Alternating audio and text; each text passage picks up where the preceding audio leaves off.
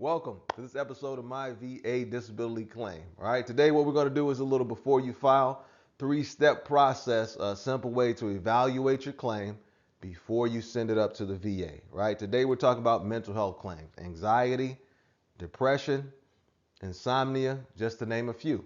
Right, there's additional mental health conditions also. Right, but when you file for a mental health condition, they're all rated similar by the VA, right? They do try to consider, the specific nature of some of these conditions, but there is a generalized rating schedule that they use for mental health conditions in general, all right? And this does include PTSD as well, all right? So right here, with this three-step process, keeping it simple, once again, simple, useful. When you're filing that claim for your mental health condition, first thing you want to do is check the three elements. Second thing you want to do, check the rating schedule. Third thing you want to do, check your medical records. All right, so that first thing, checking the three elements. First element is in-service event.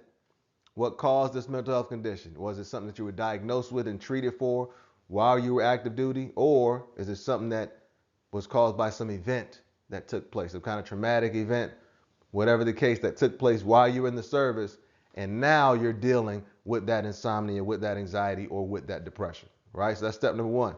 Clarifying your evidence for in-service event or in-service diagnosis. Number two, current medical diagnosis, right? Are you currently being treated for that mental health condition, whether that's private medical records or VA doctors? Either one is okay as long as you're getting seen medically for that condition. If you're not being seen medically for it, you need to start getting seen for it. We would prefer before you submit the claim, but it is up to you, right? And we understand that situations are different and sometimes that may not be an option, right? But you want to understand that those three elements are important when you file that claim. Having that current medical diagnosis, having that in-service event evidence, right? And then that link, which is the third element, that link between the two, just showing that it happened in service and I've been dealing with it up till now, right? Showing that chronicity, showing that this that I'm dealing with now is connected to that happened while I was in the service, all right? So that's the first one, checking those three elements. Number two, check the rating schedule. Check the rating schedule to see exactly how the VA is rating this condition. The VA tells you this is the evidence that we need to see in order to give you a 10%, 30%, 50% rating. So now it's up to us. Okay, this is what you need. Let's give them, huh? Do you think the VA claims process can be difficult, stressful, or even chaotic at times? If so, we made the Before You File Guidebook to help you keep your claim simple and organized. The VA claims process can make you feel overwhelmed, frustrated, or even pissed off. So we made the Before You File Microlearning Course to help you feel comfortable and confident when you walk into that office to file your VA claim. Get the products and enjoy the benefits. Now back to the show.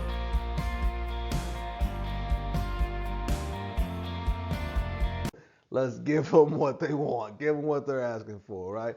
And that's what that rating schedule can help you do. And then number three, check your medical records, right? And that means your service treatment records to show, hey, I was diagnosed or I was treated for this while I was in the service. It says it right here in my service treatment records, right?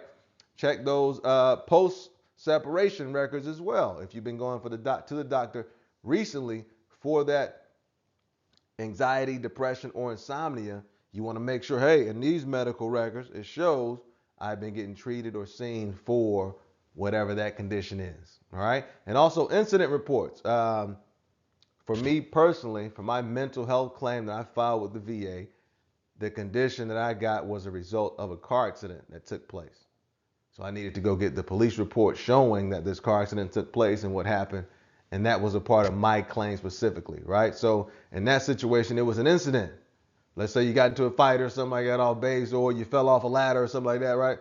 Incident report is also going to be needed to show that that incident took place. All right, so that's part of that medical records.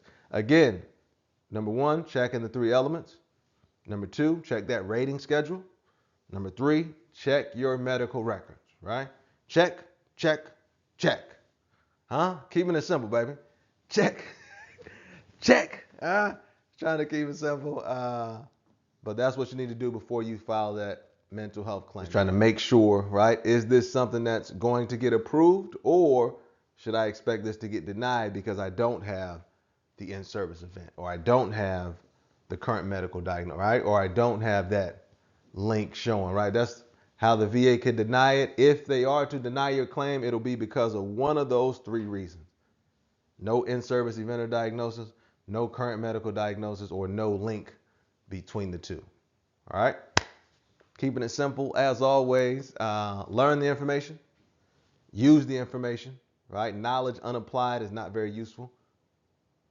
If you deem it to be valuable, share the information.